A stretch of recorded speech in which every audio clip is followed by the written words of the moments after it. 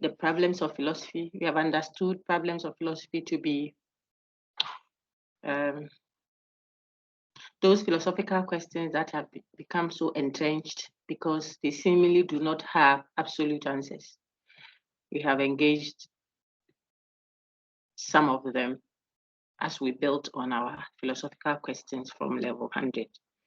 So if you compiled those questions we engaged in level 100 with the current ones that we have done, then you would have a wealth of philosophy issues that you are able to respond philosophically. At least you know the main foundations, the perspectives, and how they relate to practical issues of existence, why they are even interesting at all, philosophically speaking, and what impact they make to the philosophical enterprise. They are foundational, so you would want to keep yourself reminded of them from the main frame of metaphysics, epistemology, value theory, aesthetics, etc., which we started with in level 100. Two specific instances. In fact, even level 100, we did informed consent, ethical problems of informed consent, business ethics, what have you. Consequentialism, deontology. We looked at Ortega's free will argument versus determinism. I think you can remember them. Then we have built on those to now deal with the philosophical problems, those that are identified as what? Problems in the discipline. Problem here meaning they are entrenched. They don't go away. You can't wish them off because of the perspectives they bring. And so we looked at mind-body problem as one of them, the first one. It led us to the problem of idealism, what we can really claim to exist. Can it be independently of a perceiving mind? The reality of things, is it independent of the perceiver, the mind that knows it? Some say no, what is real is really as known by the mind. So the reality is the idea of that mind. So mind and its ideas, idealism. Okay. When we are speaking it philosophically, we found out that it will seem abstract until we start putting concreteness to it. Then you will see why someone will think that what I'm doing is just. I am making sure that I get my pound of flesh. It is just. And for that person, what is really just is what he or she thinks of it. The idea of it that he has or she has is what the reality is. That's the implication. Okay, but there are reasons why folks will argue that way. So we saw some arguments for an idealist view and why they look interesting and they seem defensible until the materialist also comes in. And then we see some also who want to maintain the idealist view because of its almost intuitive posturing, and yet they want to make room for materialism as well. So we say there is an inconsistency in the view they hold. So we saw Locke and we contrasted him with Berkeley. After we had already responded to the mind-body problem from different perspectives, double aspect, occasionalism, interactionism, and those that we still found problems with them. Some too we felt they didn't address the issue at all. They just addressed the question itself. The question is not a question that should be problematic at all if we were asking it right. Some held that view. So we saw those in topic 1, and then it took us to our idealism of the two perspectives of idealism.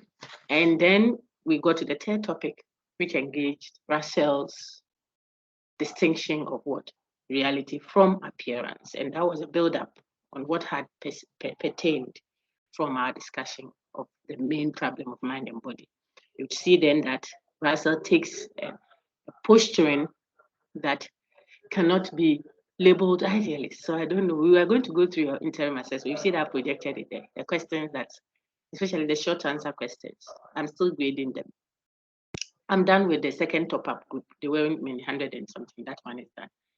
Then the first top-up, when I said top-up, the makeup, the first makeup, I have done them. I told you that your latest submission is what will hold. So when I finish, I measure, and then the latest one is what will show. But then I noticed some of the few issues that I have, and I think that when we interact by going through them, then it will help for clarity. then you don't repeat some of the errors that you did in your final exam and as you build on in your philosophical enterprise or as you apply it to your other disciplines. You don't say that, oh, even Locke said so and so and so, when indeed Locke may have not said that, may not have said that. See, so you want to make sure you get the concept right. One thing that is very offensive academically is to attribute things to people that they haven't said or they are not entitled to, positively or negatively. You don't call, a view Lockean or Rawlsian view. When Rawls himself will say, but I didn't say that. Whether it makes him look good or it makes him look bad is not the issue. He didn't say that. So you want to make sure you are capturing what the author is saying. Capture him or her well. Then if you have a critique, you raise it. If you have a support, you give it. But you don't misrepresent what the author said. That is why it is important to read philosophical texts very well because of the nature of philosophy. The person may be trying to say A, but will start off from Z and X and Y and show you why X, Y, and Z cannot hold water. And then ultimately he or she will introduce the A that he wanted to say. If you don't read the author well, you'll be thinking that the author says X, Y, or Z. Okay? So I need you to see that skill, that style. Russell does that a lot. He took the views of those that he wanted to critique, the idealists. He saw Locke, but he quickly dismisses Locke and focuses on Berkeley and shows how consistent Berkeley's idealism is. But then later on, he represents his own view. That's Russell. And we have gone through that. Tells Berkeley and his folks who are consistent idealists that, well, in as much as I would want to agree with your premise that every knowing is tied to a knowing mind, I fail to see why you want to impose reality, your idea of the supposed reality onto the reality. That one, Russell, doesn't agree. And that is what makes someone idealist. So you can't call Russell an idealist. When he's critiquing, he's saying that the true nature of the object, we may never know. We may never know it. May never know means we may know, friends. So what? So when you want to say Russell is an idealist, you are saying that Russell argues that reality is what? Ideas, mind and its ideas. Is that what Russell says? No. So as soon as you say Russell is an idealist, we don't even look at the explanation you get it total wrong. Meanwhile, sometimes when I look at the argument the person is making to support that, the person really understands Russell, but he's labeling him wrongly. You see that? Then there is also the bit on interpreting the metaphysical question of what ultimately exists with the epistemological question of how we know what exists. And I think if people are engaging the interactive sessions we have every Monday, some of the questions your colleagues asked, one lady asked, I think, last 2 weeks, and it brought a lot of clarity to those who were there. You don't confuse the question of knowledge, that is reason, whether you acquire knowledge or the source of knowledge is ultimately through reason or experience. Those two, you don't confuse it with the ultimate reality, what ultimately exists. Existence is a question of metaphysics, whilst epistemology deals with the question of how we know. So what exists is metaphysics, and how do we know what exists is epistemology. That is how come it is possible to have an idealist. Idealism, materialism is responding to the question of what reality, existence, what ultimately exists. You can have someone who supports idealism, that is mind and ideas, so what ultimately exists, and yet he is rationalist. And we labeled Plato, we gave Plato a label like that because he says what ultimately exists is not physical. The world of ideas, the world of forms, the world of essences. This is Plato. So when it comes to what exists, Plato doesn't think true existence is physical. No. So he's an idealist in that sense of it. And yet, when it comes to how we know what exists, Plato says we come to know what exists by what? Reason, intellect. So he's a rationalist idealist or an idealist rationalist by our labeling. Okay? Yet you can have another idealist sharing in the question of existence with Plato. So he would also say what ultimately exists is ideas, mind and its ideas. Yet when you ask that idealist how we come to know it, he or she will say, well, we know it through the empirical, the senses. There he will disagree with Plato on the source of knowledge. Yet on what exists, they will agree. So that is what you should get. The clarity should be there clearly for you. Berkeley, John Locke, maybe when you advance, you might engage Hume and the others. They are empiricists. Empiricists simply means the source of knowledge is what? The senses. That is when we get the knowledge through the senses. Ultimately, we source it from the senses. But what is this thing that really existence? Some of them, Berkeley and Locke. Locke is tricky. That is why we criticize it. He's trying to make a room for material substance. And yet he's saying that what we really know is the idea. So we say, are you an idealist or not? Clarify your position. So we don't want to even focus on Locke too. But Berkeley is clearly what? Idealist. Extremely consistently one. To be is to be perceived. Perception here means sensory knowledge. To be, to exist, is to be perceived, says who? Berkeley. Yet, what is this thing that ultimately exists? He says that ultimately real substance is what? Mind and its ideas. So you see that when it comes to his metaphysics, Berkeley and Plato may agree on what ultimate reality is. Ideas, mind. In other words, non-physical substance, whatever that is. Okay. Whilst how we source it, they would part ways. One will say, well, we source it through reason, as the other one will say experience. You need to get those. They are foundation. Otherwise, you haven't done philosophy well at your foundational level. So I needed to touch on that. And all of those went on in topic 3, reality versus appearance with Russell. You will answer questions on every topic we've done. I told you in the interactive session. Every topic. You won't punch. And the reason we will do it on every topic is that everyone has his or her strength, the one that is easily accessible to him or her. So you can't set questions in a way that will restrict people to specific questions. So all the topics will have equal representation. I was thinking of a compulsory question, then the others will be, won't have heavy marks allocated. So if you are doing an exam of 50 marks, I was thinking of say 25 marks essay question, one which is compulsory, then the other 6 topics or so will share the rest of the marks. So 5 marks, 5 marks, 5 marks. I'll think around that. But however we work it, you will answer questions on every individual topic. That is why we have taken so much time.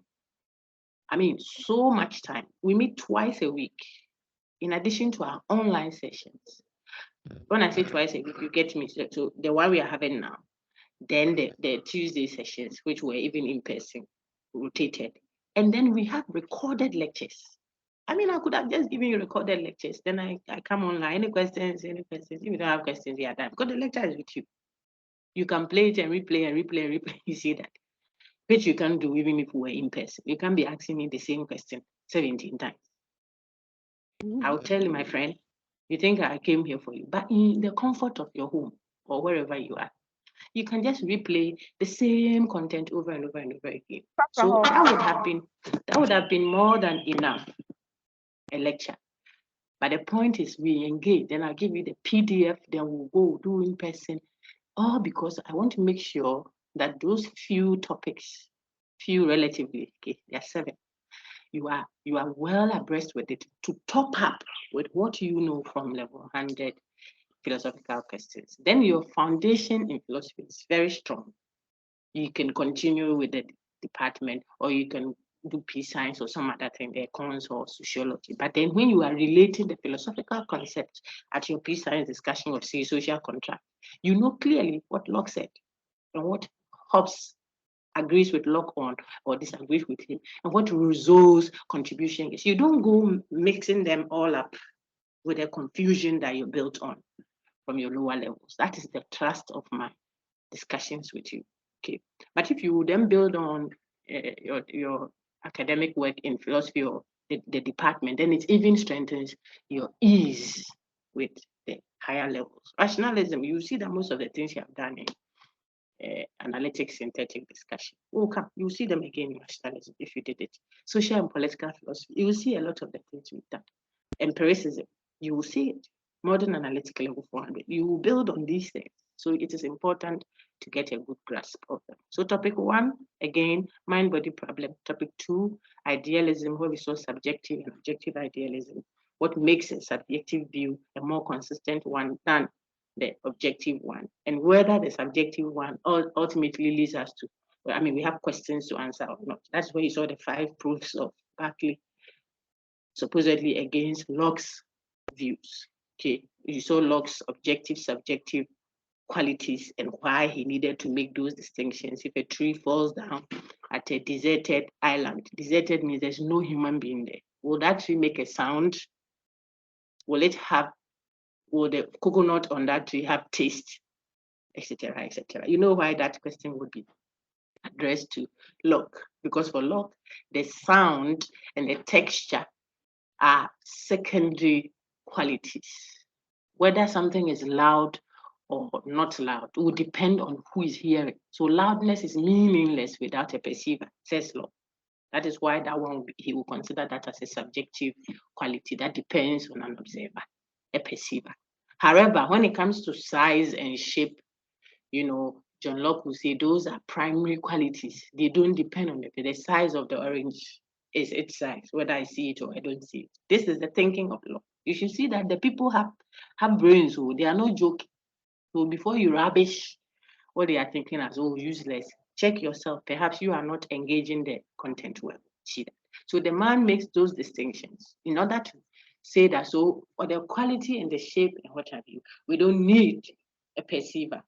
Therefore, like what we say with factual statement versus value judgment, we think that when it's a matter of fact, it is devoid of the subjective view of the person. It's a factual matter that is either real or not real.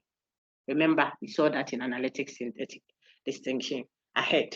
Okay, but when it comes to subjective view, like he's a corrupt student. She's a beautiful lady. We see that, as for beauty and corruption and what have you, they are connected to the perceiver.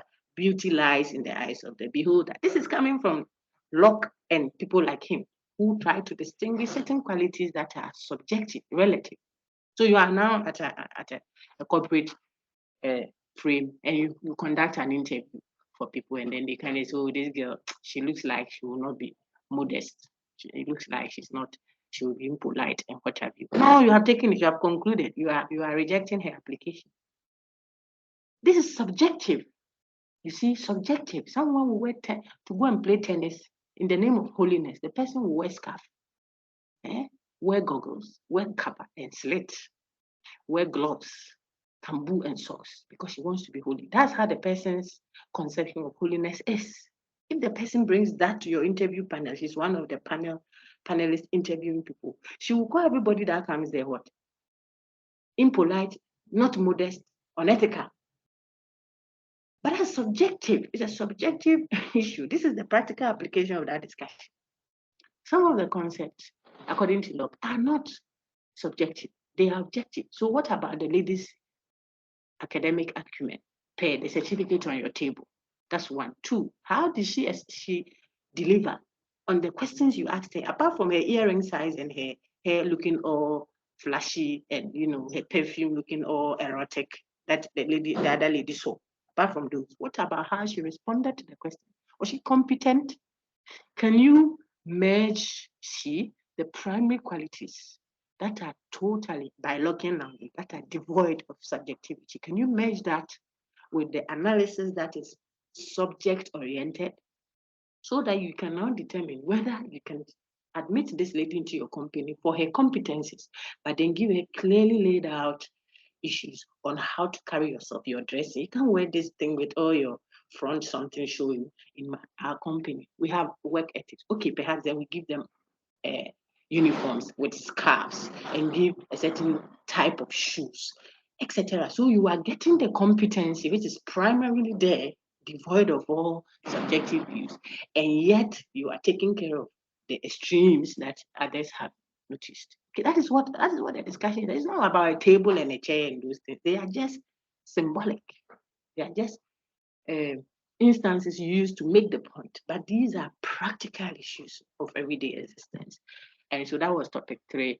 extended for you. Then we went to topic 4, if I recall right. I think we did the communitarianism, individualism debate, contention.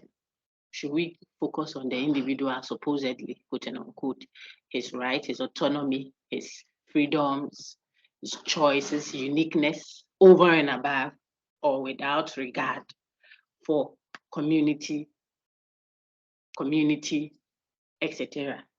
You see, should we not give attention to the collective that human persons necessarily belong to? Then it gave us those two extremes. So another central problem, this one is not metaphysical, this is socio-political, social and political philosophy, a branch of philosophy, or if you like, a sub-branch of philosophy that engages how society is organized, etc. Okay, now that question introduces you students to the pessimist view of the whole debate. And if you have engaged the content very well, you see that the pessimist adopts an approach like Russell, adopts an approach like Kant when we come to analytic synthetic debate or the rationalist empiricist debate. The approach is to tell the two that, look, hold on, you people should just look at your concerns closely. You'll see that you may not be disagreeing with. If you were speaking well, speak well. Say what you're saying well, so that it can lead us to the concept, to the idea behind what you are saying. So you cannot be calling the human being who is the object of discussion right now an individual. The human being is not an individual. If you want to deal with the problem of individualism, communitarianism, you should know that you can't call the human object an individual. Why? Why won't you call the human being the community? You don't call the human being the community. Why do you want to call the human being the individual? Human persons or human beings have two dimensions. Their being is necessarily both what? Individual and what? Relational, or if you like, communal. They are necessarily connected to people. Human beings don't fall from the sky. This is the point of the pessimist as she engages individualism and communitarianism debate and contention. She says, hold on, human beings don't fall from the sky. They are born, and they are born into an existing society. And that seems to give some impetus to the communitarian argument, because that's what the communitarian seems to be wanting to emphasize, except that they are not saying it well. The way they are saying it, it is as if it is the community, a specific one community that will define your human beingness, that will determine what you should eat in the morning, the wife you should marry or husband you should admit, what school you should attend, whether to go to school or not to go to school. Hello, excuse me, that's the challenge. If you say that, then who will admit that wholeheartedly? There would come the individualist rejection and extreme repulsion for collectivity and say, look, let me be, it is my face. If I want it to be that of an animal, is it yours? Not your face? You see? We speak that we will have the challenge. But if you were to tell the two groups, the two extremes, that hold on, human beings don't drop from the sky. They come into an already existing society. One, that society will have legitimacy. It is that society that will make the rules and options that will make choice meaningful for the individual that you people are looking for. Now addressing the individualist to even make a choice. How will you make a choice out of no options? There should be options. Who gives the options? The collective, us. So the need for communality. See the language change? This is what pessimists are prompting. The need for communality, relationality, fellow feeling, solidarity is important because human persons, and to help for easy referencing and to avoid the convoluted term, the individual, which sparks up the whole debate, not just saying it, but thinking it that way, that human persons are atomic, isolated beings, is what the problem is. So the pessimist says, don't say the individual, because we don't have individuals. People already come into society, already connected to several levels of interrelatedness, not a specific the community sitting anywhere. And so the pessimists will critique and show that we don't have the community. What we have are various levels of communality. So I'm Fanti, But I could also be a can. I'm academic. See, the community is shifting. I'm a woman. So when we talk gender and it's human beings, like Ikueme woman is there, my animals rise up because this is about me. I belong to that community. I'm a wife. I'm a mother. I'm a minister. You see, so different levels. When we use language, I speak English. I'm not English, but I speak English. And I'm Ghanaian, you see, and yet I'm West African and African and human being, and I'm a living thing.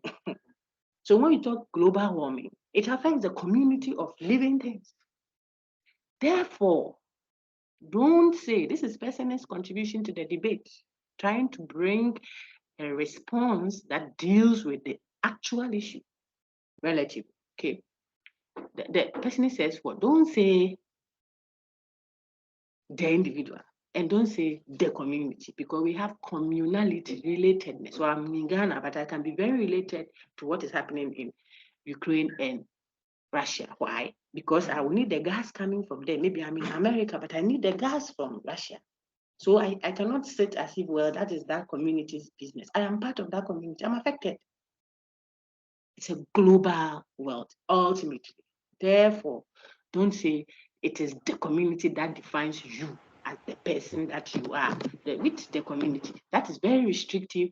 That is submerging the uniqueness of a person to a specific so-called bounded whole of a geographical location. I can be in Ghana and will be more Chinese than the China person because I eat China, I'm interested in their currency and so on and so forth. Okay, that's the thrust of the pessimist argument there.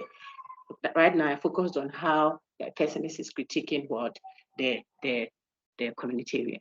Then the pessimist addresses the individualist also. Like I started, I said human beings don't drop from the sky.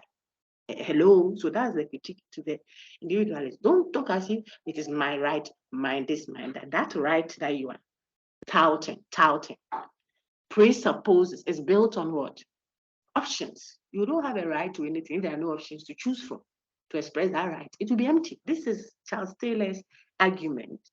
Okay, he is labeled communitarian, but he argues from this starting point, as Jechi and his folks would do, but from the African perspective. All of them speaking from a communitarian perspective. Okay, what's the argument?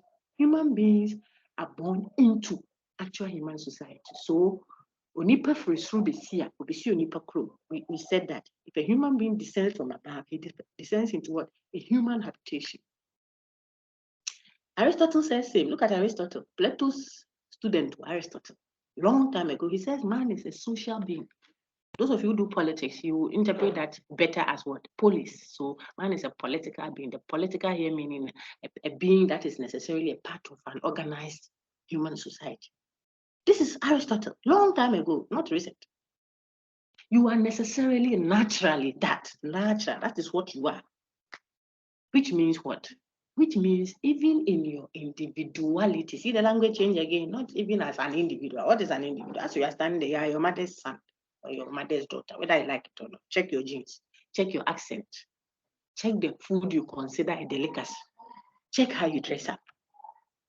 You see, so what? So you are individual doesn't mean that you don't have communal ties. Both of these two are necessarily a part of your being. And therefore, when we want to engage the question of which or what to give priority to, the individual or the community, these are all in quotes, because the pessimist doesn't want you to speak that way or even conceptualize human society that way.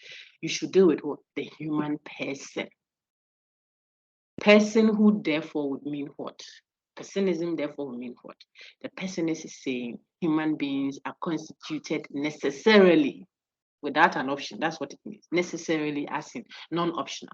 Human beings are by force constituted by what? Individuality and communality at different levels. So every time that I have to make a decision or society wants to deal with me, they should realize that they are dealing with my hometown, my language, the company I come from, where everything that is connected to my being, communally, in other words, relationally, plus what? Individually. So when you employ me in your company, you should know that I'm coming with the baggage of my upbringing, the language I speak, the religion I bear. So you cannot tell me to remove my hijab without considering the fact that I am connected that way.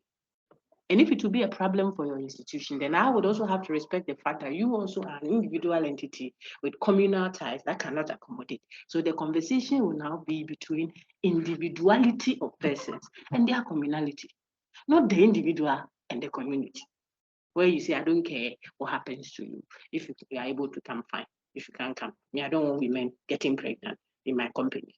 I sack you.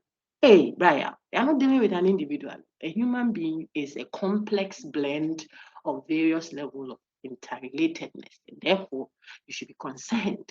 You should be interested, not only in rights, uniqueness, choice, what have you, but you should be also concerned about people's religious affiliation, what they hold dear.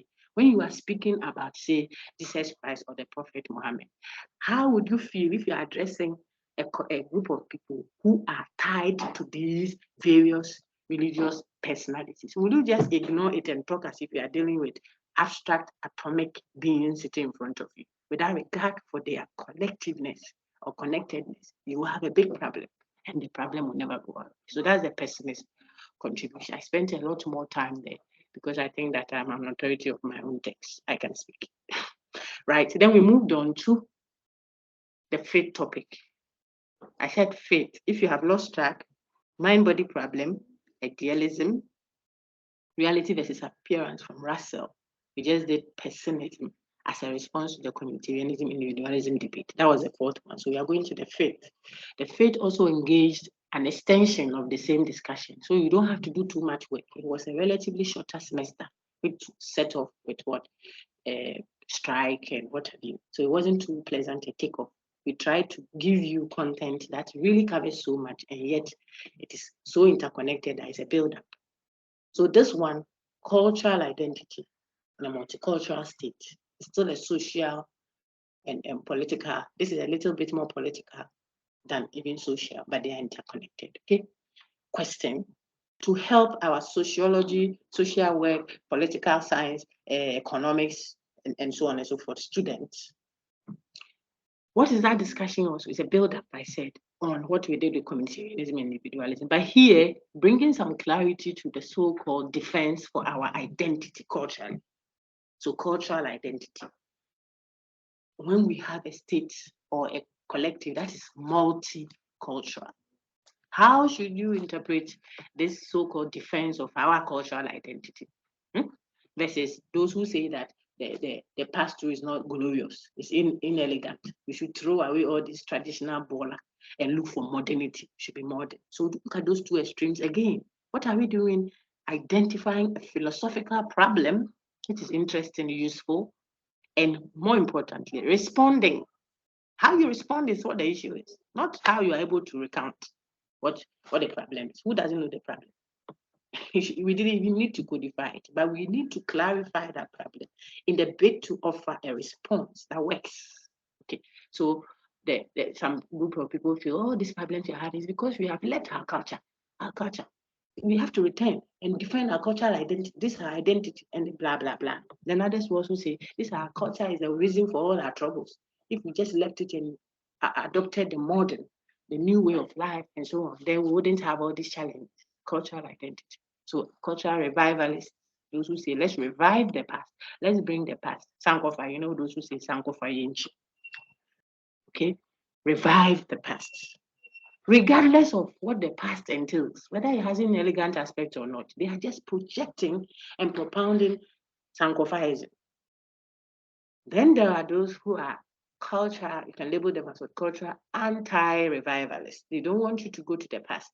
They say nothing in the past is glorious. Drop everything and go for blender. Leave that Sanka, the mashup pot. Go for blender. I use that scenario to show you that there are certain instances you need the traditional. In other words, what is supposedly the past, you need it. You can use the blender, and here I'm using just something trivial to make the point, to do the local, asanka meal. You have done your plantain and you want to do the palava sauce, but you want to do it local. You want to add the momone, that's what you people call rotten fish. You want to roast it, put it in the pot, and make sure that you have it cozy, rich, and healthy. Pour some little spike of palm oil on it, and then you are going to eat. That's what you want to do. What has blender got to do with that? You put it in the blender, you mess it up, you mess everything up, it will become water. So if that is what you're looking for, the traditional has something to offer. I'm speaking figuratively, symbolically. Traditionally, like if we were talking Ghana, the elderly will not stand in the bus if it is full, whilst the younger one is sitting down. No. Don't say we are in a modern world. Hey, this one first come first serve. No. Does it help our relational bonds? Look at where we come from. Look at even the meal, the nature of our meal. I tell students, fufu and abenkwai, palm soup. Look at how it is prepared. Does it look like it's an individual meal, individualist-oriented meal? You have to be a communal person to be able to eat a food like that. Someone has to stand on it, someone has to stare. Even the meal tells you, look at our clothes. Can you do the cloth on your own? It is not some straightforward. So the culture of a people is essential. How they do things. Okay, how things are done. That's culture. And so it should be preserved, it should be protected, it should be admired, it should be recognized, etc., etc. But there comes the big but, and that's why you have to read philosophers very well, especially if they have written in a seasoned way. You shouldn't be very dismissive and you about it. You will make a lot of mistakes. The author is writing in a certain way, says that, well, so it's fine to pursue a recognition of culture. You don't do a wholesale admission or rejection of any culture. Culture here meaning what? The way of life, the way things are done. You can't admit everything wholesale. Neither can you dismiss everything wholesale. In the past, maybe subsistence farming was okay. We could take care of the family because that's all we had. Can we use subsistence farming to take care of our 33 million Ghanaians that we have now with intermarriage and then the need for all the food and whatever? It won't work. So you check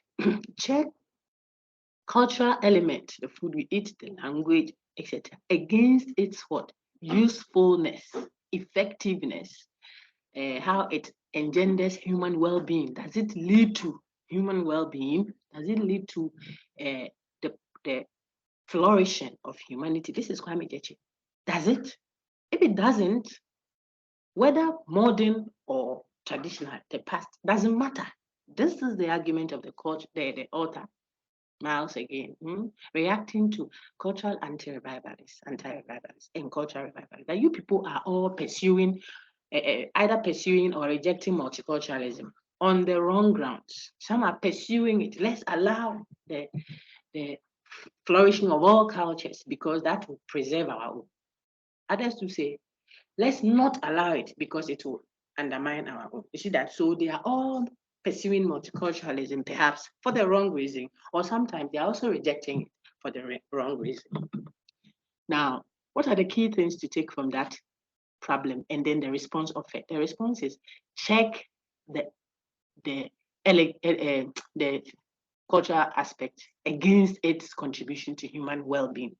Which human? The people that it will affect. Check it, because the climate here won't permit some things that can be permitted in Iceland. The climate. All right? So if you allow people to think about the effectiveness of that cultural element, language, dressing, look at the sun. Then people will wear, it is recent, I think after President Ford then, that African wear was even considered elegant. In the past, if you wear it, I say now, like you don't have any. Now look at our weddings. Look at Rita Dominic's wedding, the traditional one. Look at that one. Can white wedding compare to that? Look at the dressing. Rich, beads, stylish, very African, quote and unquote. In the past, it would have looked like you don't have money. That's why I've gone to wear kente and this thing for your traditional way. I'm trying to show you that it is in the orientation of the people. How people are thinking is very important to philosophers. Not even what they are thinking about, but how they are thinking. That is your work. whether you do philosophy to level 1,000 or not, wherever you find yourself, help yourself and the people you are dealing with to think about the matter well. Look at Rita Dominic. If you don't know Rita Dominic, she's a Nigerian actress. She had a wedding, 40-something years, I'm told, but she had a wedding recently. I'm not talking about how much money went into it or not. That one I can't tell. I'm interested in the fact that the clothing that was all over the place were African wears, the traditional wear. But in the past, it would have been considered poor. It's the suit and how much heat it can generate. Look at Africa. Look at this morning. It's 9-something. It's now 10-something. The sun is out, scorching. You are wearing a 3-piece suit. Well, that's the same way. You see, so that is a conversation for another day. But the debate is if the asanka, the masha pot, the local traditional pot will work for that kind of meal because of the way the meal is. There is nothing wrong with it being traditional, old time, or new. That is not the issue. It works for what I want to do with it. You see that? You don't want the sauce to be watery. You don't want the sauce to be too smooth because it is meant to be such that when you pick the plantain, you can pick the stew, the sauce in the pot and eat with it so that the greens go directly into your blood. You don't want it watery. So this one delivers it perfectly for you.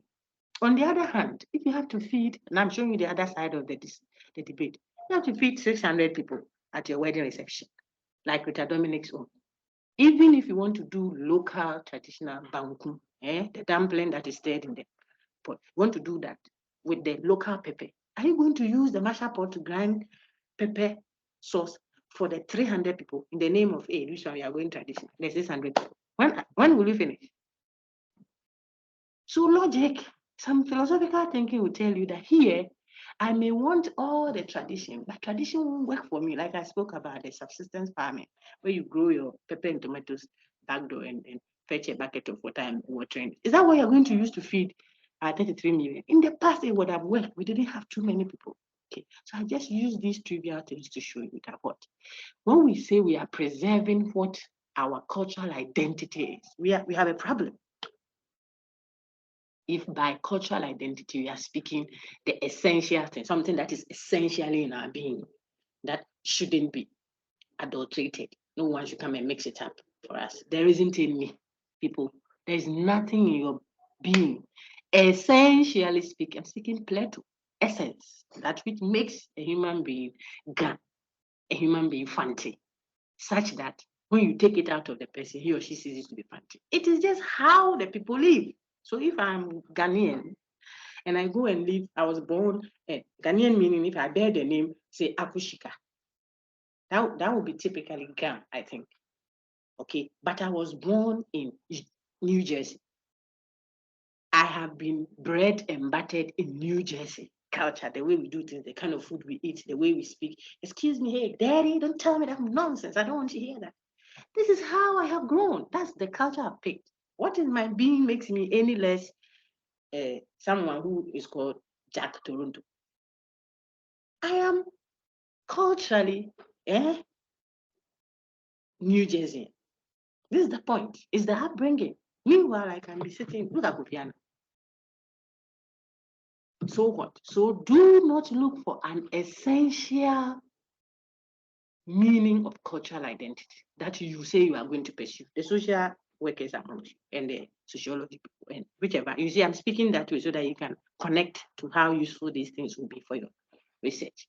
Don't say that is their culture. So we don't want to go and that I don't want to mention any, but Trokosi or Dipo. Some of them are very valuable, but it is how they have been done. So let's use Trokosi or the female genital cutting. Now they say we shouldn't say mutilation because it's not always that they are mutilated, but whichever way. Don't say it is their culture. What is their culture? Culture is itself dynamic. It is moving. It is changing. It is elusive. It's not something you can grasp and hold on to and say this is it. It is in transition. That is what it is. Culture. Therefore, if you look for an essential meaning of cultural identity, you won't find it. The person you are calling Gan, the next minute he's wearing Chinese dress and he's eating fufu, which is akam. So what is he essentially speaking? There won't be any such. But there is a way of identifying culturally, that's the accidental sense of it, that the author says you cannot deny people of it. You want to go and bring me bat meat on fufu, bat, or what, cricket, cockroaches in a stew and put on my rice, frog, they're bringing to me, Nancy, but put it on the Chinese guy's table. Here, Chinese meaning was someone who has engaged the culture of China. If the person is a Ghanaian but goes to live there, he will eat a frog. That is what is there. And he will call it a delicacy because culture is dynamic. When I go to Netherlands or Iceland, you don't expect me to be walking on the streets with my kente cloth across my chest like that with my bare shoulder. I'll freeze, friends, because that place is not Ghana. So my dressing will be accustomed to where I am. Culture is the way people live. And so don't look for essential meaning of cultural identity. We can't defend that one, but we can defend what? The accidental sense of it, the way we democratically what? Associate with other people. So the language, the food we eat, our religions, what have you, are all accidental ways of what? Recognizing differences in the way we do things and not anything essential to our being. All right, that was topic 5. Then the last 2, the one on epistemology, because we did quite a lot of epistemology in level 100. We didn't need to even add any, but I still felt a little build up on what you knew from there would help. So we did the question of what? Certainty, the problem of certainty, which you will engage better in a more detailed way, hopefully, if you are with us in level 300, where we can tease out the various rationalist views and the various empiricists. Empiricism will be done the second semester of level 300. But what is the problem of certainty? It's not just the question of knowledge or the problem of establishing whether we know, how we know, and how we justify our knowledge. No, not just that, but it is more importantly how we establish the certainty of our claims of knowledge. How certain are we? It goes a step deeper than what we have seen in the past. So we remember Descartes, some Plato, and how they are rationalists. I think I've said a lot on that one already. So how they are rationalists and how we contrast them with empiricists, and how we come to a certain fix, a certain challenge, certain difficulty, which is what? How to establish whether and how there can be knowledge about actual existence, yet we know that knowledge prior to existence. Let me say it again. Whether and how there can be synthetic a priori knowledge about actual existence, synthetic, yet we know it prior to experience. So the thing is about experience, yet we know it prior to experience. How is that possible? Rationally says it is possible. So when you advance, you see how they argue for that. But someone like Plato will say, we know already, it's innate, that knowledge is inborn, it's already there prior to existence. That is how. So something like God exists. Nobody teaches the child that. Even our Kan and I think other traditional Ghanaian cultures will have something to say on that. No one teaches the child who God is. In other words, it is something already inscribed. The child knows it already before taking on human flesh. That is heavily Plato. Okay. Then others will say like Descartes will still make a case for synthetic apparatus, I think, but appeal to something else, intuition, deduction. When you get to level 300, then we delve into it. What you needed to know with that problem is that they are not disagreeing on whether analytic truths are purely, what's the thing? They are linguistic. That one, they don't disagree. They all accept that analytic truths are linguistic, language-based, and therefore the truth or falsity need not be based on what? You're seeing it, you're hearing it, or you're touching it, or tasting it. See? Whether empiricist or rational, they agree on that. However, the source of that raw material is what the empiricist says came via the senses, whilst the rationalists say, no, it was a priori. So you should know that, and then your own contribution will be. So if I had a claim about a knowledge claim of any kind, what will constitute a justification for me? Will it be enough if we had several evidences in the name of pictures Like I always reference Anas Arimi, Anas is exposing the corruption thing. We'll have a video, then we'll see say Nyantechi counting money, you know, and it looks like you know, something like that. He has got the money, and then we interpret that, or a referee is putting money in his socks, and we see the money being pushed into the socks. Sometimes the narration on it we see just after taking the bribe. But if your philosophical inclinations are up, you have questions that you can ask. Even as you appreciate the work done, there are some of them you would want to ask questions. I could put my phone in my socks while teaching if I feel that it would be safer that way, especially if I'm running around on the field. So if there's a picture of the thing entering my socks and then there's a narration on it, the philosophical mind wants to ask, how certain am I about this? And that's why sometimes certain cases go to the law court and it takes a long time. We don't understand why. These are pictures. Look at how he has beaten the woman, and the woman's face is all scratched and what have you. Okay, they should jail this guy. It's not as straightforward as that. Establishing certainty is a major issue philosophically and epistemologically. And so you cannot run your mouth respectfully without having grounds to do so. That is for the problem of certainty. And then we topped up with the question of what personal identity, which you saw in level 100, but we just put in flesh. What makes me the person that I am? The same person over a period, and yet distinct from you, the person I'm speaking to, who is attentively listening and making sure they have covered grounds, because this is the whole course I've run through with you like that. Okay, what makes me the person I am from day one of my birth till now, and yet distinct from you? What is it? Is it my body? The fact that I have my body and you don't have my body, we saw it. If it is the body, then what if the body changes so drastically, like the one we saw, and you have it in my video, where the face is no longer what we thought. The other face has become that of a tiger. And the previous one is a human face. Is that being the same person? How would we establish sameness? If you came and this person is here and the other picture is there, how do you establish that this person is this person? Now, given the challenges we can have with the bodily view, if you say the thumb, my thumb distinguishes me from you, like we do the thumbprint, I said all of that already. Then what if I lose my thumb? How do you establish the distinction between me and you? And how do you tell that I'm the same person you knew? So sameness, continuity, establishing continuity of person personality, and establishing distinction is the problem of mind and body.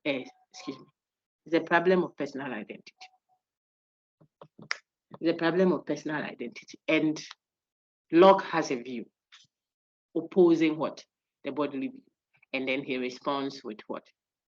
Consciousness, self-consciousness, and memory, which you should be able to critique, even if you agree with him that it cannot be the body. Your likes, your dislikes, your skills, your intelligence, what have you, may be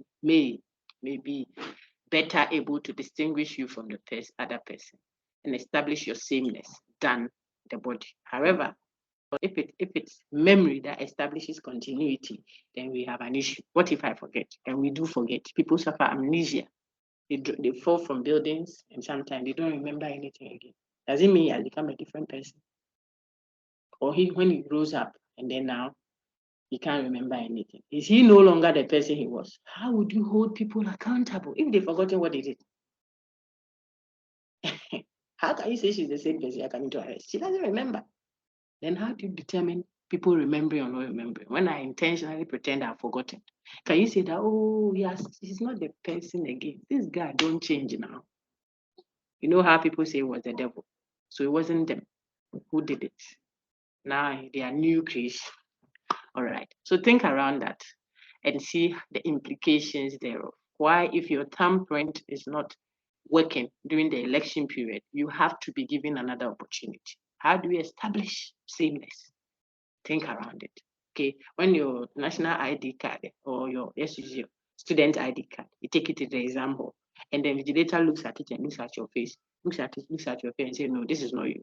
Because you're level 100, picture on the ID card is drastically different from the person standing in front of him now, for whatever reason. I don't want to give any, but think of any queer reason. Maybe got God forbid, had a Benz. Okay, so you are totally changed. Meanwhile, you're the one the picture is there. How do we establish that this is you or this is not you? If we are doing bodily view,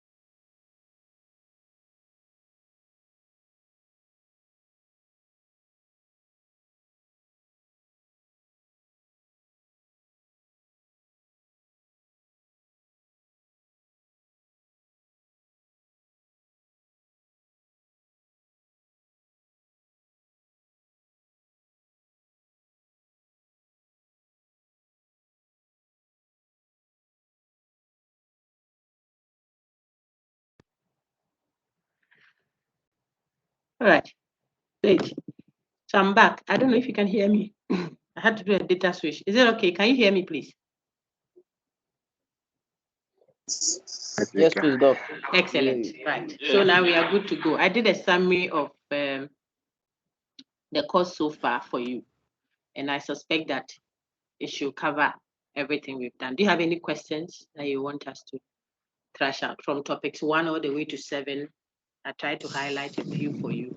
Then we can go through our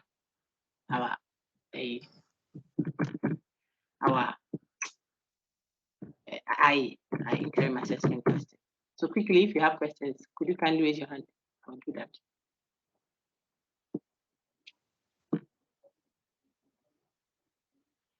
I don't see any hand up. Are you good? So we move on. Okay, so we can move quickly to you. I'm trying to open your test and quizzes. I'm sharing my screen, so I hope sometimes when you open a document, that one doesn't show. So let me know if you don't see it. Okay, so I'm now at your test and quizzes on Sakai, and I'm opening the questions just to show you how we grade. I already mentioned that I'm done grading the top up, the makeup. They were 100 and something, so I'm done with those. These ones have graded some of the questions, but I'm not done with all of them. So the part 1, which you all had 5 questions, short answer questions that have to be humanly graded. Then the other one, Obed, just a minute, eh? And the other one was, the other ones were multiple choice. The multiple choice ones, I'm sure you would by now know how you should have answered it. But the essay, the short answer ones, which could have been essays, if I wanted to, I would have just rephrased it to allow you to write several. It says, consider the following comment by a disgruntled mother to the police team escorting her arrested son out of the house. This is what the woman says, quote, my son has never been known to be a thief, so my son is not a thief, unquote. Assess the mother's statement in light of our discussions on Russell. The question was specific.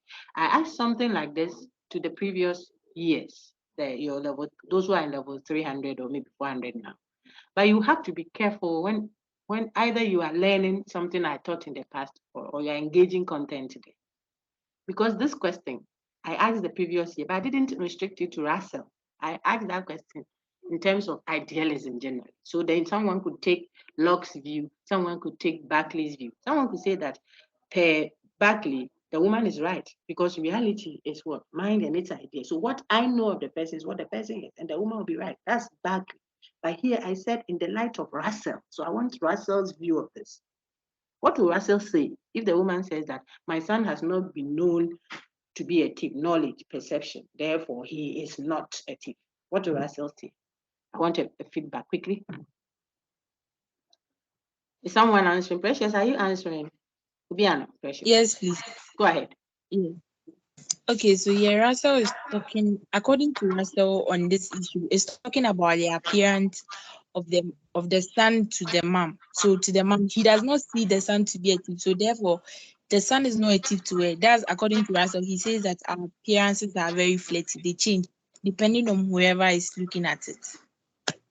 Good. So what will Russell say to this? You see that assess means judge it, mark the mother's statement in light of our discussion on Russell. So if I was Russell, how will I mark what the woman is saying? That's what the question is. Do you see that? So what would you say? If you were Russell standing there, and then the woman tells you, my son has never been known to be a thief. So he is not a thief. What will Russell say? Precious, you are very correct. I just want you to be concise. That's okay. All. Go ahead. Okay, so he's going to say that, so according to you, he is not, but then to me, he is a thief. Because okay, so not he is, but he may. Yeah, yes, so he may be, and that is where a lot of, not a lot, I don't want to say a lot, I'm yet to check the statistics, but the emphasis is may, that's all. He may not be, he may be. That's what Russell will say. We may never know the true nature. We may never know. As for knowing, it's tied to a knowing mind. So what you know of the child may not be what he is. If you write that, so when I'm ready, I'm looking for may. That's all. That's what I'm looking for. Sometimes the brofuna, the person is writing, see me trust in me and this upside down. I try to overlook those. So far as the person is capturing, we may never know the true nature, the true reality of the boy's attitude, character. We may agree that you get your full 2 marks. But some to say, Russell will say, it is you, the mother, who thinks he's not a thief, but he is a thief. Now I say, hey, Russell hasn't said that he is a thief either. Russell says he may be a thief or not be a thief. What we know of him doesn't contribute to that. What we know of him, there is our own view of him. But what he truly is, we may never know. Very good. Well done, Precious. I'll give you 1 mark in the world of forms, okay? Question 2. Now, let me see if it will come. I don't want to go through so you see, but you would have seen how I'm grading. See, the first person here got it correct, so you saw it. That is fine. So I would go through all for the 600 and something of you and grade all that. This one, I would like to tackle the question 1 again. You want to do what? Sorry, you want to do what? Tackle the question 1 again. Tackle it. Yeah. You want to tackle? Okay, tackle it. Yeah, no problem. Tackle it. If the mother don't see his son to be a thief, then truly he's not a thief. Says Russell. Hold on. No, please, from Beckley. Relax. Okay. No, we didn't ask you Beckley. Oh, Brian. You will not listen. It could have been an essay. Yes, do you see that? I heard you saying that you can tackle it from both sides. No, we didn't say that. According to Russell there. No, sir. We said that. I said that in the past. In the past, I asked the same question. So if you know, so if someone doesn't know, so question where the woman likes asking this question. You have to slow down. Even Descartes, I can ask you something about Descartes that looks like what you think you have seen in the past, and it is not the same. So what you do, you should be very particular about details. Okay, that's all I'm saying. So this our question said, according to Russell, and everyone that got that question will see this. All of you got the same set of questions. It just came differently. For this your course, this is problems of philosophy. Yes, you got the same set of questions.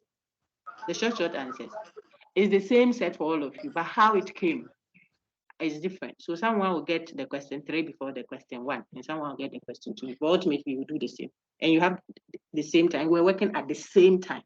So if you want to go and help your friend, which maybe you think you are helping the person, then you will not be able to do it. That was what happened. This is the first set. Please, can I go on, Big Boss? Yes, please. All right, thank you. So we can go to question 2. Now, question 2 says, what fundamental, I was explaining to you how we grade. Okay, how I grade. I can't speak for this. But you saw what happened. So I would have gone through. And when you scroll down, you get all the 600 and something student. No, level 200. You are 500 and something for main campus.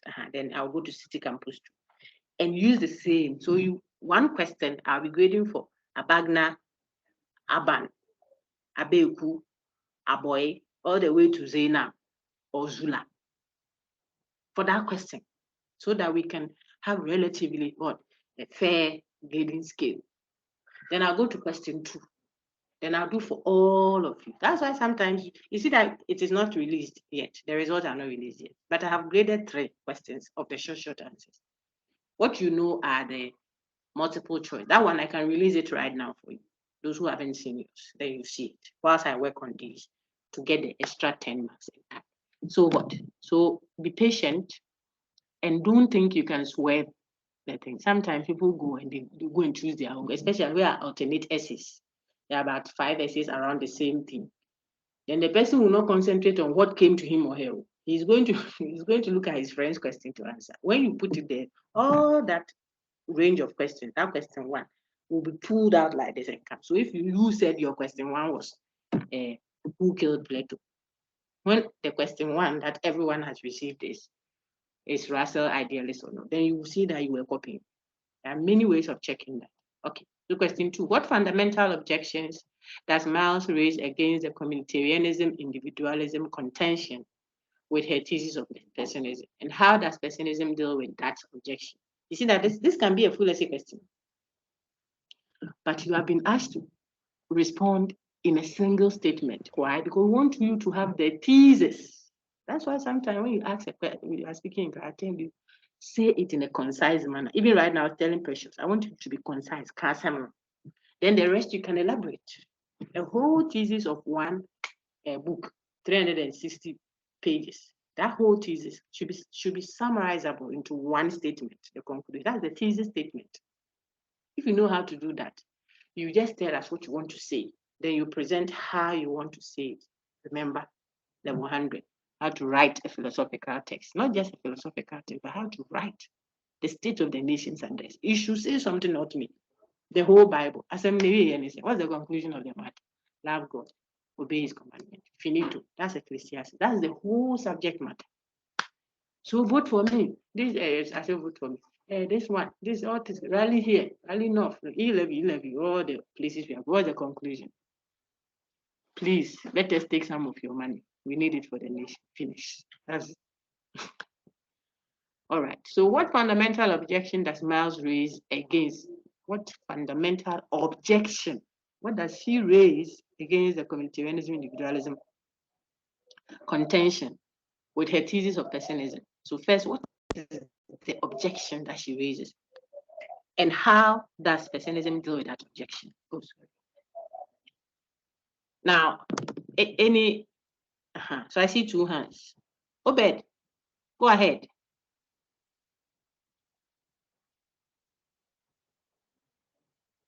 Oh, Obed's hand has shut down now. Obed and Precious's hand has shut down. Anybody? What is the objection that Miles raises against the individualism, communitarianism, or the individualist and communitarian? What is her objection? Okay, Doc. I can say that if the objection was that if the communitarian critique, as well as the individualist claim and response to this critique, is disambiguated of its linguistic and conceptual incoherences and inconsistency, and we will come to know that they come to a certain point. They have they advocate for something which is the person, which can be a composite blend of the individuality and the communality.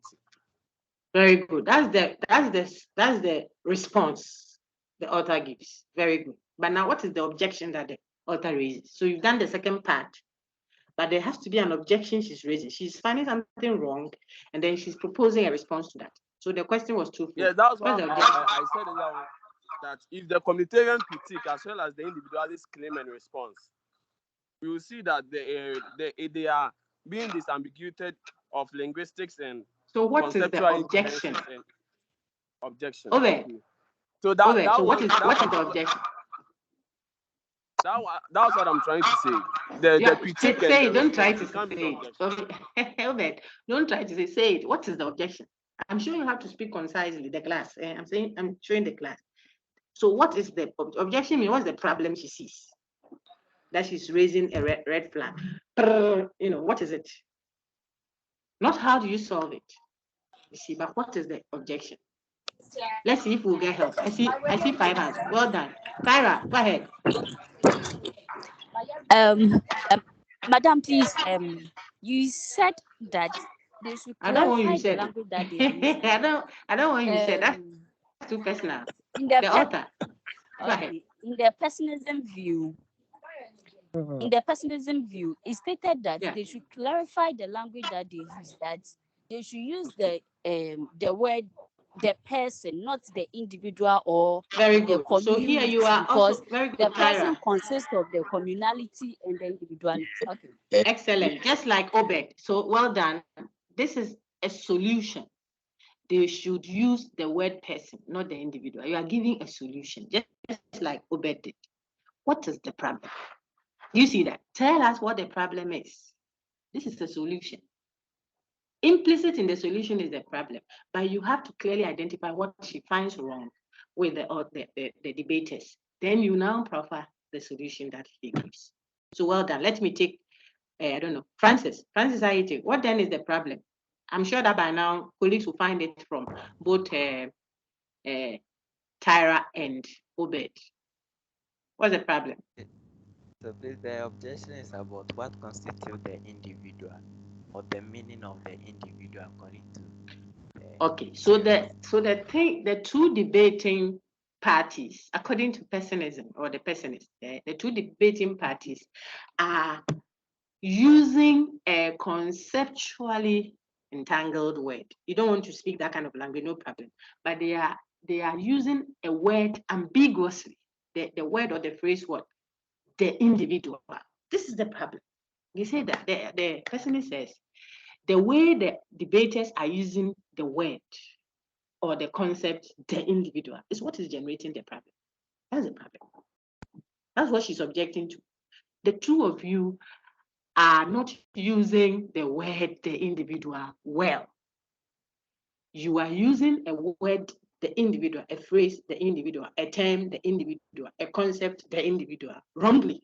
This is the problem, the objection personists are raising against both debaters. Okay, so that here individualists are saying preserve in the individual her rights, her autonomy. This whilst communitarians are saying the individual should not be given those. She should be integrated and molded and submerged into community. You can't say I. Remember Nyerere and the folks. You can't say I. There's no isolated I. That word is not even here. It's abominable. I am because we are. You say I only because we are. And since we are, then you can say I am. That's in BT. We saw all of those. They are against the talk of what? The individual. Whilst individualists are all for the talk of what? The individual. Pessimist says that is the problem. Referencing, conceptualize, using the term what? The individual in an ambiguous, and then from that you see why Obed says disambiguate. Don't use the phrase the individual. Don't use the concept the individual, because it is that which is creating a problem. For you to solve it, take away the ambiguity, the conceptually entangled word. Take it out. Not just the referencing of it, but how you use it, what you mean by it. That was Tyra. Okay, I hope that helps. If you did that, you are good. So if you were writing a full essay, then you would engage the discussion from there and build on it. Any questions? Then we go to question 3. And I'll end with that. When I'm done with it, I'll end with a short answer. So question 3. Has it opened? It is opening. Okay, it has opened. Let's see what I asked you. Explain with a practical illustration. This is what some of you don't like. Because that one, if you open the book, you won't see it there. Explain with a practical illustration why Berkeley argues that all qualities are both subjective and relative, and therefore there are no primary and secondary qualities, as Locke holds. So this is asking you to critique Locke's primary versus secondary qualities, as if you were Berkeley. period. But use a practical illustration to do it. Use an example to do it. Anyone?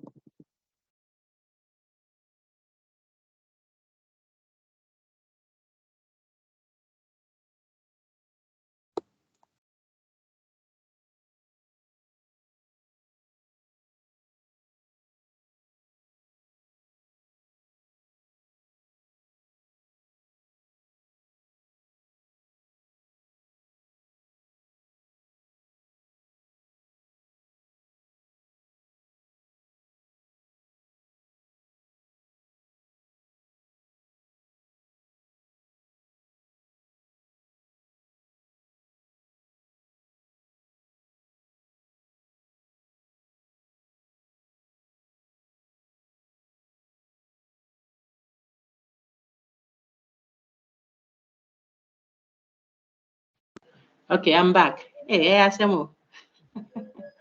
Are you all there? I keep going and coming. Yes, please, Doc. We are there. Yeah, here. All right. So my question is still there. Let's take Beverly. After that, I'll take Zipporah. So Beverly, go ahead. Shall I remind you of what the question was? Beverly? Okay, the question was, where is it? I'll have to share my screen again. Hold on.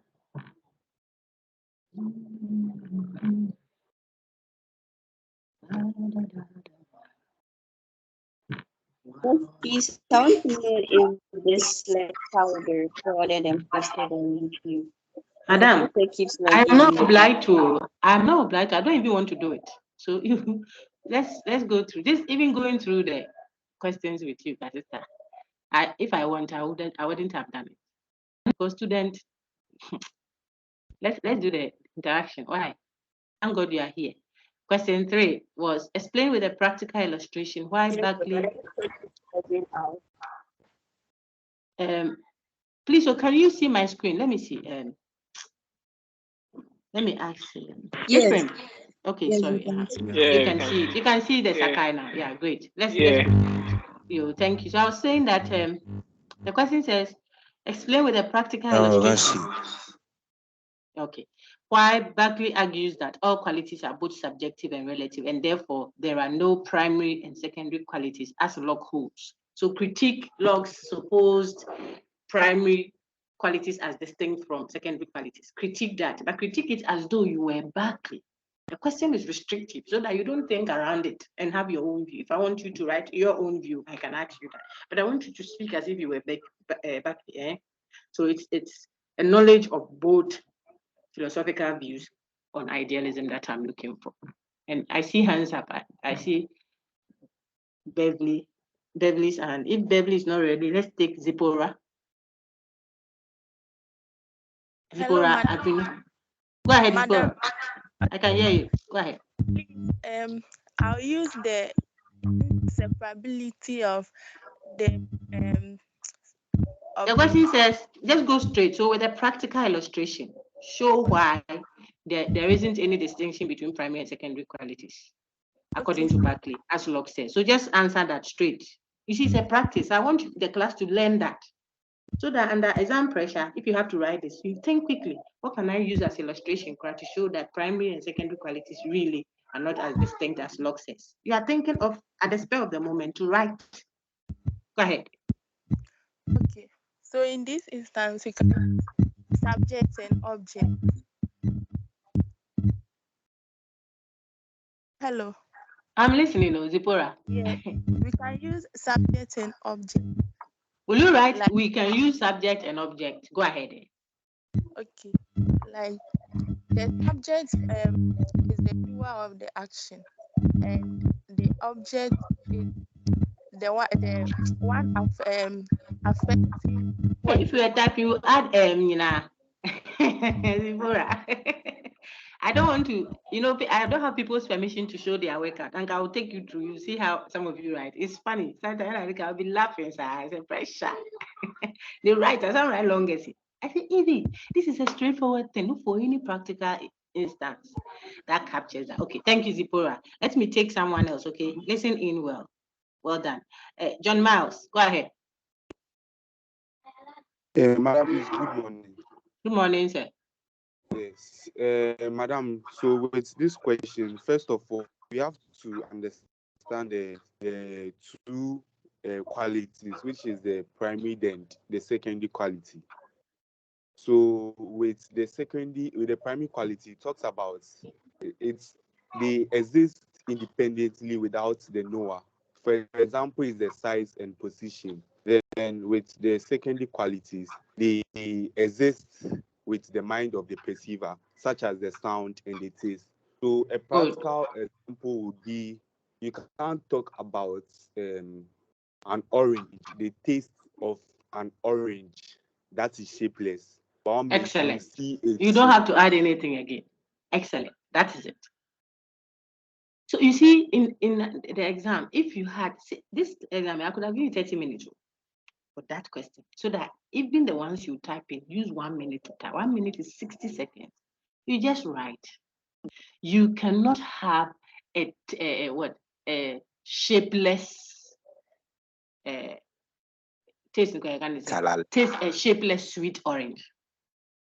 You see, you cannot have a shapeless. It doesn't have any shape, but it is a sweet orange. Before you can have its sweetness, which is a secondary quality, like John said, before you can talk of its sweetness, you would already have to, the object already has to have a shape and a size. So the shape and the size are inseparable from each other. So there is nothing like size and shape being primary, whilst tastes and, if you like, texture being secondary. The texture, whether it is smooth or rough, is not detached from the size of the object and its taste or its whatever. That is the point Berkeley is making. So we are saying this in only one sentence. You cannot have, let's use the Sabbath field. Give me something loud, loud music. You cannot have music, or I don't even know how to say it without sounding overly dismissive. Music that is loud and it doesn't come from an object. So I think John's example is even more vivid. Let's use it. It's simple. Taste is supposed to be secondary, but the taste of that orange or the taste of that Coke, the taste is in your mouth, but the Coke has a shape and a size without which you couldn't have been talking about the taste. The taste and the shape and the size and the motion, position, and what have you are all connected together. They are not separable. You can separate one from the other. This is Berkeley's, I think, third proof. Those of you are, fourth proof. Check, you'll see. Strong argument, which therefore leads to the relativity of all values. All values are therefore relative. Okay, so I think that my lady Avinu was on track. She just needed to be concise. Say it straight to the point. Don't beat about the bush, because before long you miss your main point. Okay. Now we take question 4. If you have questions, then you ask me. See how we are covering almost every topic. They are all applied. You call someone to come and help you, the person himself doesn't understand. Because this one, you have to be sitting in the lecture and engaging in the content, to answer it. Question 4 says, and if you can see on the screen, in our discussion of cultural identity in a multicultural state, the author defends the accidental sense of cultural identity, but denies the essential sense of same. Illustrate, there comes the question. The first part is a preamble to put your frame, to frame your thoughts well. Now there comes the question itself. Illustrating with practical example or examples. I won't restrict you. Explain the point Miles makes. So what is the point of this accidental and essential? Use an example to say it. Anybody wants to answer that for me? Let's see. Okay. Jojo. Precious's hand is up again. Look, I will reward participation. I've told you already. Your last days are dangerous. Jojo, go ahead.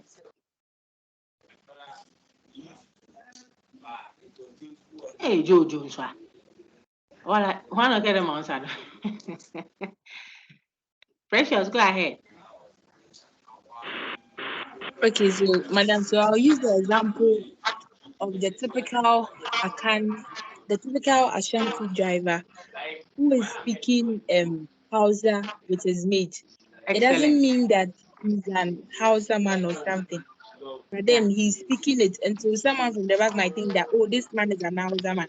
But Yeah. then when we look down to him, he's a pure Ashanti. So that's Okay, so don't those use things pure. don't Because if you use define pure, where. I'll shoot you. I don't want pure, so don't use Okay. pure. There's nothing like pure, Okay. authentic, cultural, anything. Culture there is just what we have Yeah. adapted to. All right, but I get your Yeah. point. So essentially, he's not Hausa. Whatever we mean by Hausa, he's not. Okay, but accidentally, it means we see him say, like when I'm teaching, I speak a lot of Ga. You people can bear me out. Once in a while, I'll intersperse it with Ga or some tree or something. But I'm not tree and I'm not Ga by your own democratically organized way of labeling people. If you use that one, I'm not that. I'm Pante. I hardly speak Pante. I speak Ga, I write Ga, but I'm not Ga. Brothers and sisters in the Lord. Here we are worshiping, if you're a Christian or a Muslim or even Hare Krishna, you are doing a religious, you are practicing a religion that is not typically African, quote and unquote. If you were to say geographically located Africa, it's not African. It's non-African, supposedly. But here we are speaking tongues in our woman. You see, what in my being makes me essentially anything. I participate in religions that are Western. We are conducting this class in in English. We are speaking English throughout. Are we English people? Why are we not using French to conduct our lectures? Or speaking Tree or Ga or Asante or Bono? Why are we not doing Bessie Bekwaba in our lecture? Are we white people? We aren't, but are we English people? No. But we are speaking all the discourse we've had in this course is predominantly English. Are we English people? No. So the fact that someone is speaking English or wearing suit or eating hamburger or whatever does not in itself, essentially speaking, make the person English or Chinese or Ghana. It is just how you reference people. People identify as such, but it is not in their makeup. Very good, Precious. Then the last one, we can end. Question 5. All the other sets of questions were a little bit around that. Maybe I'll go through and see if there is something. So you can also, your colleagues who did the top-ups would have had, hey, hold on, people's answers are coming. Question 5 says, with an example, show one practical value, importance, worth of discussing the philosophical problem of mind and body. This one, you see it in any book. That is what frustrates people. It's not in any book anywhere. You can Google, you won't find it. Those who don't like doing the independent way, when you say offside, then they are so happy. Then the first question comes and they are totally disoriented. Why should we know the mind-body problem? It's simple.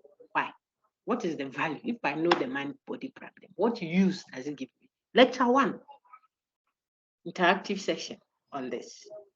I want to see responses. Anyone else? Keep your hand up. Please, Joel, keep your hand up so I can call you, okay? You go ahead, Joel, but kindly do the hand up thing because we are already over 170. Yeah. Yes, sir. Sorry, ma. I want to see the screen clearly. Okay, go ahead. I can see it now. You, Mati, go ahead. Oh, no, I'm not.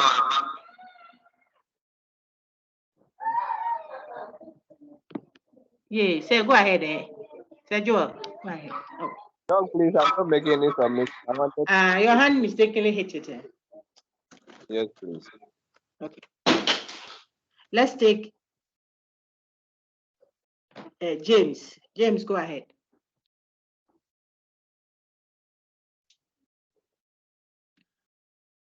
James, please, you are muted. Oh, okay. James, you are muted. So if you could unmute. James. No, actually,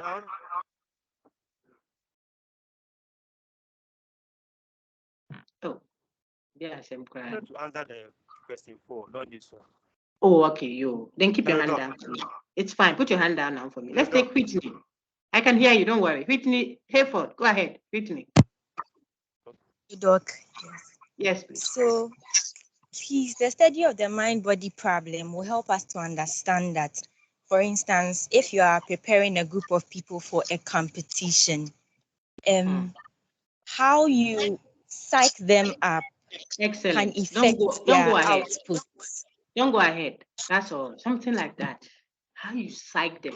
The people are sitting in front of you. They are going to play. But when you stand before them, you are speaking to them. You are telling them, like Tony Baffo did with our team then, when we were going to meet Comoros. They didn't watch, but they did their best. It's important. You can speak to people in a way that they will be so energized. Their physical body will receive strength. Meanwhile, what you were saying were making them, I mean, when you tell a sister that, Charlie, this is your dress pan you're wearing today, dear. You make them well. I tell you, the confidence you put in that lady the whole day, she will just be nice, smiling. Hello, oh, you want a lift? You can sit. She's doing that not because of anything. She heard something physically in the ears, but that has lifted her spirit up. The same way you can tell, like I tell you about mothers that speak to their children sometimes out of anger. You know, can anything good come from Nazareth kind of speech? Can demoralize the child, can dampen, and it goes both ways. Sometimes the child also does that to the mother. Students sometimes do that to the lecturers. Lecturers sometimes out of frustration do that to the student. Okay, so that example is very, very apt, and we can use it. I wanted to see if the other set that I used for the makeup. No, not this. It shouldn't be this, because the first makeup was just a repetition of the first you did when you told me that you had issues. Okay, so let's do this one. The makeup 2 that I said I completed grading. And then I think we will be so done. The questions there again, the short answer question. They had a totally new set of questions. I really went through so much to get them all done. I didn't want repeated questions. Okay, so this is part 1 of the makeup 2. The makeup 1, I said repeated the first one. I just reopened it again. Okay, but the makeup 2 were totally new set of questions. Part 1, it says in her cultural identity in a multicultural state. And so when people don't do independent work, as soon as they see this, they say, oh, it's a bakuna. It's like the other one that we have just worked on. But look at the question. Miles identifies an ambiguity in the definition and use of the term culture, not cultural identity. What is this ambiguity she identifies? Ambiguity means one expression having more than one meaning. You see, used more than one way. So what is this more than one use of the word culture? Not the nature of culture. I'm not asking about elusive and what's the other one? Elusive and dynamic. Thank you. Dynamic. Sometimes I would say that there was a third word that I use, fluid. It's not elusive, dynamic, fluid. No, we are talking about an ambiguous use of the word culture that is creating a problem. And one of you did it exquisitely, at least from what I've graded for this group. So I wrote her name down. It was a lady's name. I don't have my file. Let me see if I can get it. So I will trace her submission. Now I don't need her permission to tell you because it was good. If it's bad, then let me see. She answered it aptly. Let me see. No. Don't look at it too much. Close your eyes. I'm looking for the one who got 2. She got 2, and it was because I think it's Kluge. There is a C in the name. Excuse me.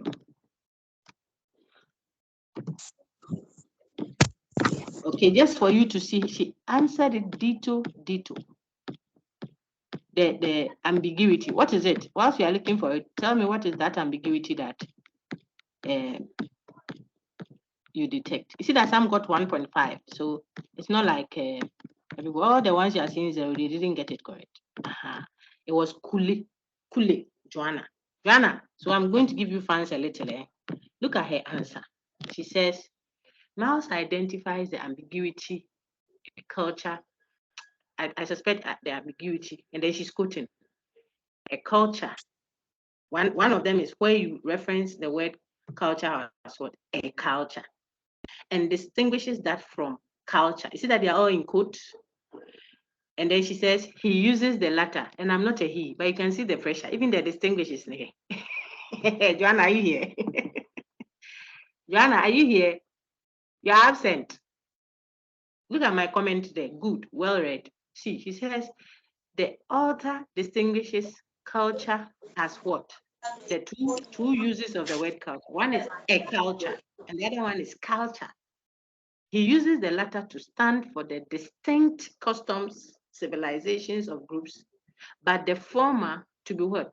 Closely related to what? A nation or a people. This is what creates the problem. So when you think of the word, and that's what Kimlika does. Miles says Kimlika does that. He thinks of culture as what? A nation, as if it is a collective group of people. But culture is not describing a people. Cultural group is not culture. Culture is how things are done.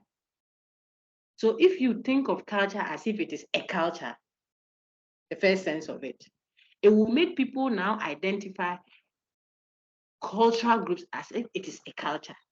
Culture itself, the word a culture, should be taught not as what? Bounded wholes. So some of you said bounded wholes, and you are getting, when you define it, like this one. The ambiguity stems from the false assumption that culture is an entity or entities bounded one from the other and local, able in different geographical space and whatever. And some go to the extent to interchangeably refer nations as cultures. Okay, so nations as cultures or bounded wholes are all one. They are describing one of the ambiguities, one part of the ambiguity. Look at what I put there.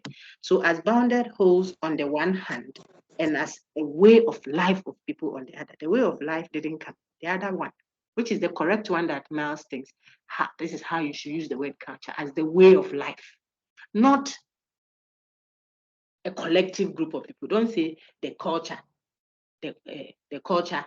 I don't even know how to say, because I am conscious of the correct one. I can't use the wrong way of referencing the word. You can't say the Akan. If I say the Akan culture, I'm talking about the Akan people's way of life. That's the correct use. If I say a culture, as if I'm talking about a nation, then it generates all the problems. So this person has done a good job there. Who is this? Let's see. Asantiden is Ichia Emmanuel. The only thing is that he gave the bit that is the problematic one, bounded wholes, or as a nation, as geographically locatable group of people. They will say that is culture. That is not culture, that's cultural group. You call them a cultural group because you identify those people as sharing in a certain way of life. Maybe the food they eat, the dress they wear, what have you, they share in it. So you are calling them a cultural group, but not you can't call them a culture. They are not a culture. A culture is just how things are done, not who does it or which collective of people do it. And this ambiguity means this double use of that same word. Once the thinkers use it and they want to say it is a nation, a culture as in a nation. The other time they want to use the same thing, a culture as the way people behave.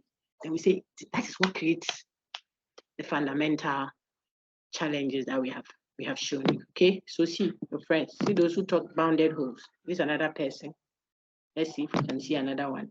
Here, to Miles identifies the ambiguity in culture as a nation bounded by boundaries, limiting other cultures from entering. That's just one sense of the ambiguity. What is the other one? He says that the other one is where people use culture to mean the way of life. This one is the correct one. The other one, which references culture as a nation, a collective, a bounded group of people, is the wrong one. Okay, who said this? I see Edu Derek. You did well there. So on and so forth. Okay, if you got that, then we can go to. So those who are seeing the zero there. Oh dear.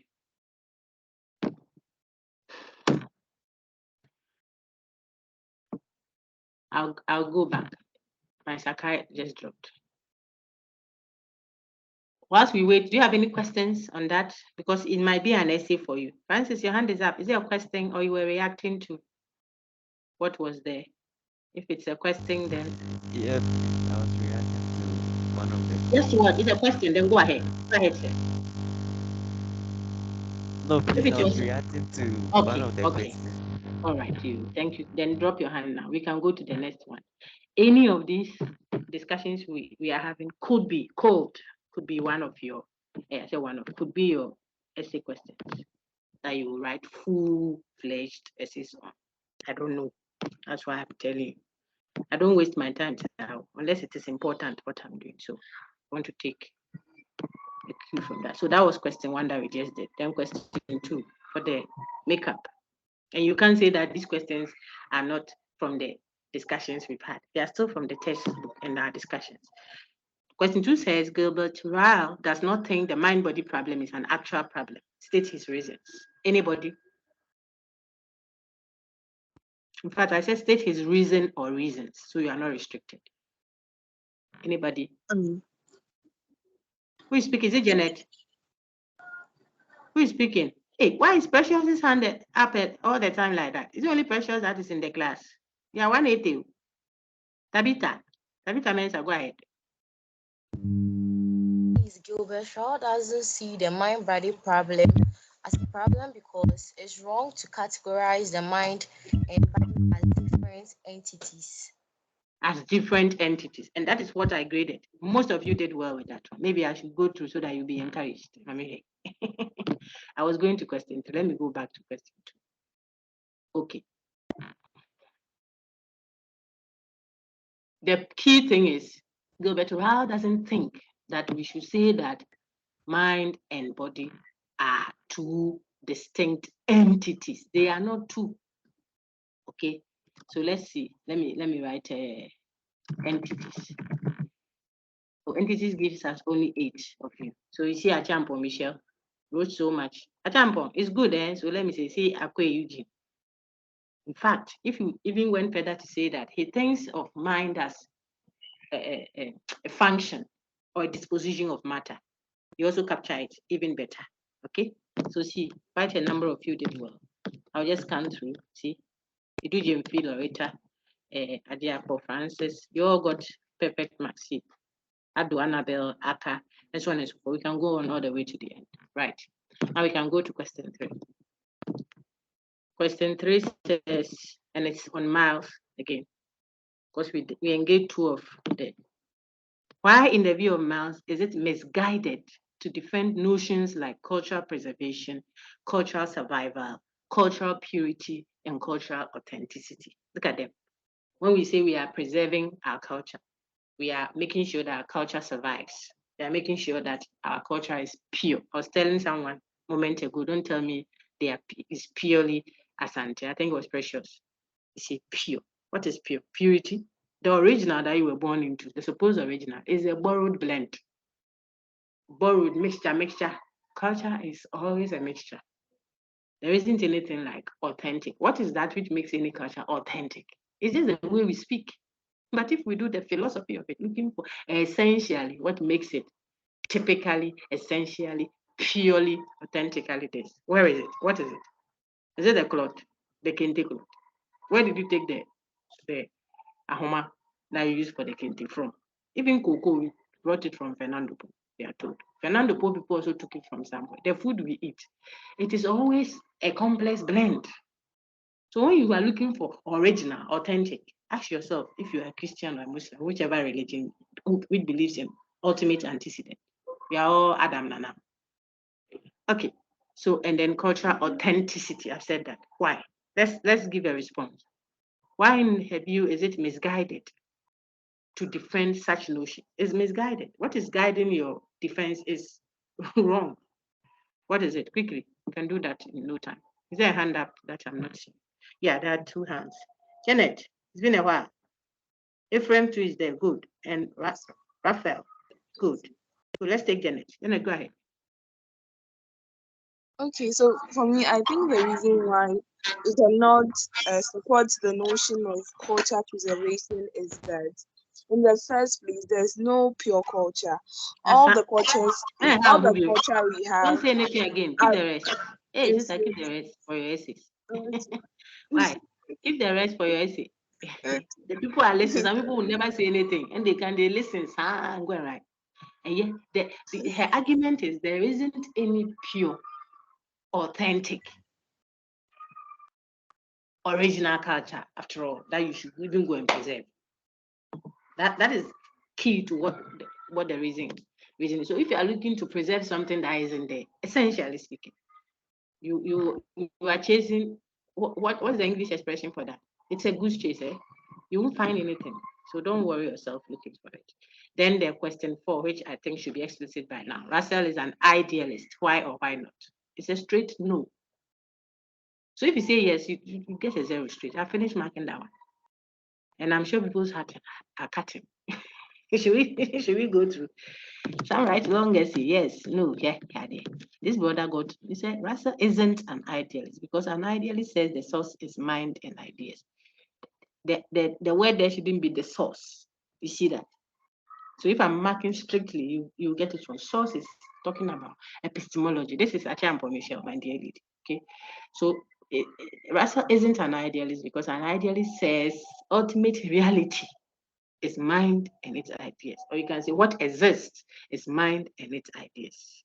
That is what makes him a non-idealist because he doesn't say that. He says we may never know. Maybe I'm not that. Adair, Evelyn says, Niyama says, Russell is not an idealist because he doesn't believe in the monist theory. Even this one, if I want to stretch it, I would say, which monist theory doesn't he believe in? Okay, but I'm more focused on he's not an idealist. And then if you try to say something, I let it pass.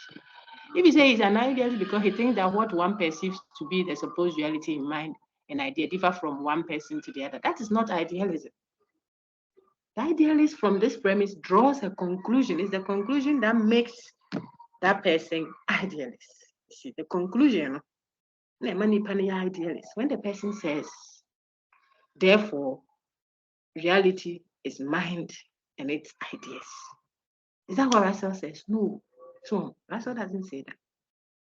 Okay, so maybe without the names, it is. Russell is not an idealist because he does not believe in the monist theory. That is the essence of the mind and its ideas. I could let that also pass.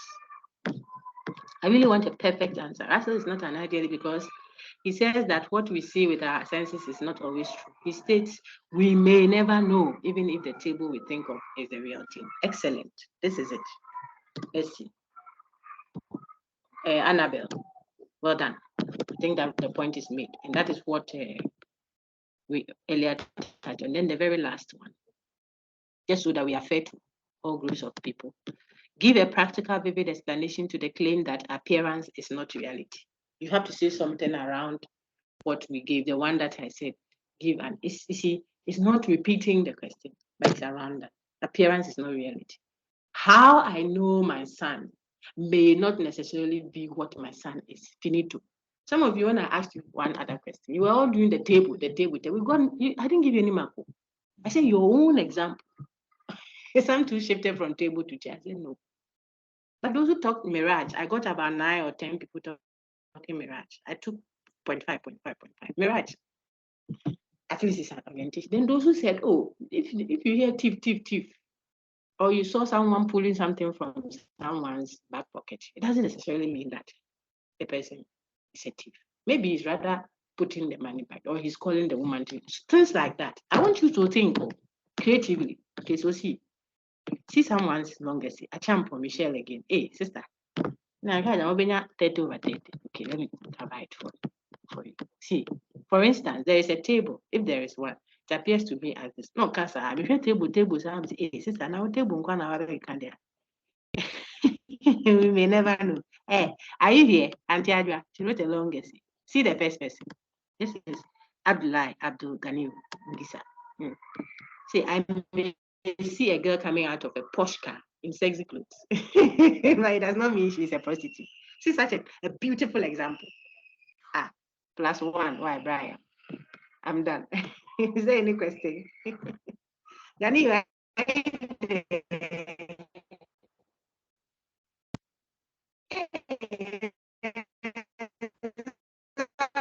is sexy.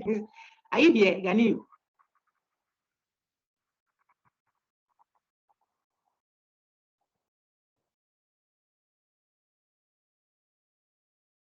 Through the grading, suspect personal identity.